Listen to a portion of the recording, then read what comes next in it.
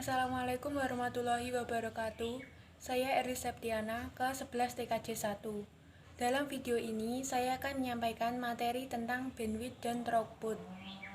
Yang pertama, pengertian bandwidth. Bandwidth adalah suatu ukuran dari banyaknya informasi data atau bit yang dapat dikirim dari suatu tempat ke tempat lain dalam satu detik. Sehari-hari, kita sering mendengar bahwa pengertian dari bandwidth internet adalah sebuah batas maksimal kecepatan yang diberikan oleh sebuah ISP, Internet Service Provider, atau sebuah penyedia jasa layanan internet kepada kita. Dapat diibaratkan sebuah pipa yang dilalui oleh air. Jika ukuran pipa tersebut semakin besar, maka air yang dikirim pun akan semakin besar pula.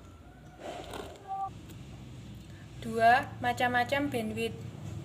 Bandwidth analog merupakan rentang antara frekuensi yang terendah dengan frekuensi yang tertinggi yang digunakan pada transmisi signal radio, digital maupun analog, dalam hertz, yang dapat menentukan banyaknya informasi yang dapat ditransmisikan dalam suatu saat.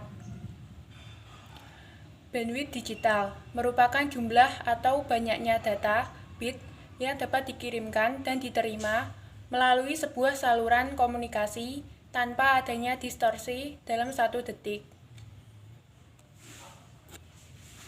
Konsep bandwidth tentunya juga mempunyai kelemahan. Salah satunya adalah bandwidth tidak dapat menghitung berdasarkan kondisi jaringan yang sebenarnya. 3. Pengertian throughput. Throughput adalah bandwidth yang sebenarnya atau aktual, diukur dengan satuan waktu tertentu dan pada kondisi jaringan tertentu yang digunakan untuk melakukan transfer file dengan ukuran tertentu juga. Contoh misalnya, bandwidthnya sebesar 64 kbps, lalu kita ingin mendownload file dari internet yang berukuran 128 KB, seharusnya file tersebut sudah sampai ke komputer kita hanya dengan waktu 2 detik.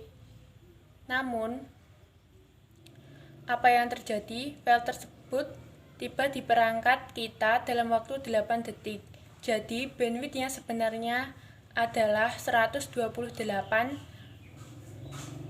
KB per 8 detik atau 16 kbps.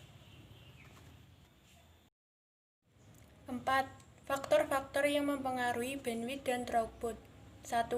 Perangkat jaringan yang digunakan. 2. Topologi jaringan yang digunakan. 3. Tipe data yang ditransfer. 4. Banyaknya pengguna jaringan. 5. Spesifikasi komputer server. 6. Spesifikasi komputer klien atau user. 7. Induksi listrik maupun cuaca. Demikian yang dapat saya sampaikan, ada kurang lebihnya mohon maaf. Terima kasih. Wassalamualaikum warahmatullahi wabarakatuh.